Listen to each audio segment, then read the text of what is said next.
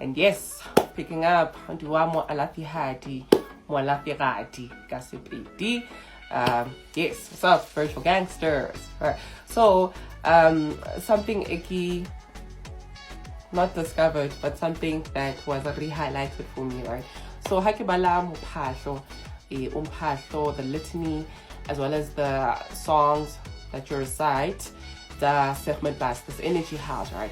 So there's a part that says, the lady who wears the red and white crown. Oh, hail, Sekhmet Bast. The one who wears the red and white crown, right?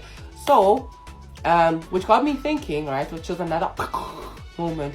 Hori, the red and white, right? Lifeshlong. I think when you're a newbie, the white vest, the red skirt, alright, red and white beads. Does that not make sense? Right. But anyway, so that was and then ka Sesotho ke Moqhaka o mo khubedu lo mo sweu UMqhele or red and white. Yeah, I forgot. My Zulu is not boring today. But yeah, so that was another moment where, oh my god, we actually going through life and doing a lot of things, not understanding why, right? But there's people who have explained, okay, and but yeah, I have issues with these words. Okay, no, actually, I do not have issues with these words, but I will explain what I mean by that, right? So, also reading, I'm rereading. It's like my little Bible. I'm reading the book of Coming Forth by Day, right?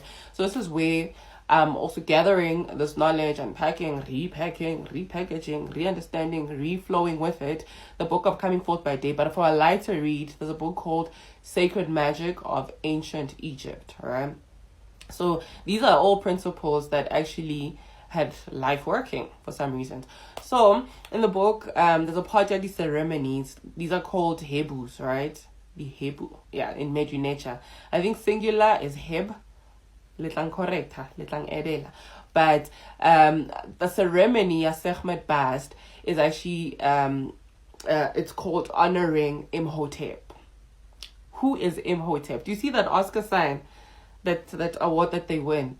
It's stolen, right? It's stolen, copied from ancient Kemet, right? Representing Imhotep. Now, who's Imhotep?